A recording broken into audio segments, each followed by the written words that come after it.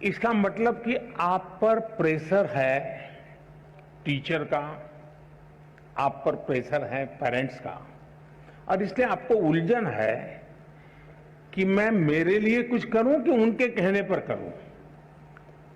अब उनको समझा नहीं पा रहे हैं और मैं अपना छोड़ नहीं पा रहा हूं। ये आपकी चिंता मैं महसूस कर रहा हूं। मैं सबसे पहले तो पेरेंट्स को और टीचर्स को ये जरूर कहना चाहूंगा कि कृपा करके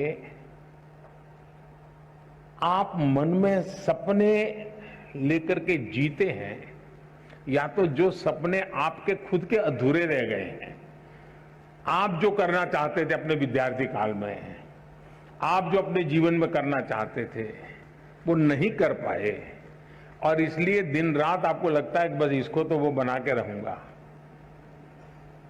यानी आप अपने मन की बातों को, अपने सपनों को, अपनी अपेक्षाओं आकांक्षाओं को अपने बच्चे में एक प्रकार से इंजेक्ट करने की कोशिश करते हैं। बच्चा आपको रिस्पेक्ट करता है, मां बाप की बात को बहुत महत्व देता है। दूसरी तरफ टीचर कहते हैं कि देखिए तुम्हें ये करना है, तुम ये करो, हमारे स्कूल में तो ये है रहता है, हमारी तो ये परंपरा है। आपका मन कुछ तीसरा ही करता है। और ज्यादातर हमारे बच्चों के विकास में ये जो कंफ्यूज और कॉन्ट्राडिक्टरी जो प्रभावों के बीच से गुजरना पड़ता है, ये उसके लिए बहुत बड़ी चिंता का विषय होता है। और इसलिए पुराने जमाने में टीचर का परिवार से संपर्क रहता था। परिवार के हर लोग को टीचर जानते थे, और परिवार भी अपने बच्चों के लिए क्या सोचता है उसे टीचर परिचित होते थे। टीचर क्या करते हैं, कैसा करते हैं, वो उससे पेरेंट्स परिचित होते थे। यानी एक प्रकार से शिक्षा एक, चाहे स्कूल में चलती हो, शिक्षा घर में चलती हो, हर कोई एक ही प्लेटफॉर्म पर होता था। और उसके कारण अब क्या हुआ है, बच्चा दिन भर क्या करता है मां बाप को समझ नहीं है, जानते नहीं है। टीचर को सिलेबस से लेना देना है, मेरा सिलेबस पूरा हो गया, मेरा काम हो गया, मैंने अच्छी तरह से पढ़ाया, बहुत मेहनत करके पढ़ाते, ऐसा नहीं कि नहीं पढ़ाते, लेकिन उसको लगता है कि मेरी जिम्मेवारी है सिलेबस पूरा करूं, वो मेरा दायित्व है। लेकिन बच्चे का मन कुछ और करता है।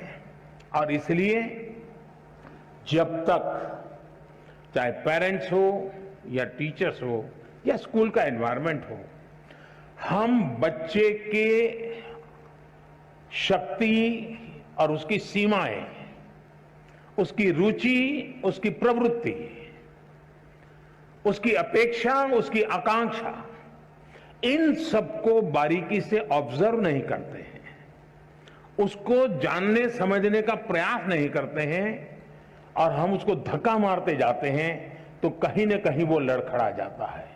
और इसलिए मैं रोशनी के माध्यम से सभी पेरेंट्स को, सभी टीचर्स को कहना चाहूंगा कि आप अपने मन की आशा अपेक्षा के अनुसार अपने बच्चों पर बोझ बढ़ जाए, इससे बचने का प्रयास करें। उनकी, और हर बच्चे के पास एक स्ट्रेंथ होती है, हर मां बाप को स्वीकारना होगा कि आपके तराजू में वो फिट हो या ना हो, लेकिन परमात्मा ने उसको किसी न किसी विशेष ताकत के साथ भेजा है, उसके अंदर कोई सामर्थ्य है। ये आपकी कमी है, ये आपकी कमी है कि आप उसके सामर्थ्य को पहचान नहीं पाते हो। ये आपकी कमी है कि आप उसके सपनों को समझ नहीं पा रहे हो, और इसलिए दूरी वहीं से बन जाती है। और मैं चाहूंगा बच्चों से कि आप प्रेशर के बीच भी, अब ये तो मैं नहीं कहूंगा कि मां बाप का मत सुनो, मैं ये तो नहीं कहूंगा टीचर की बात मत सुनो, ये तो सलाह ठीक नहीं होगी।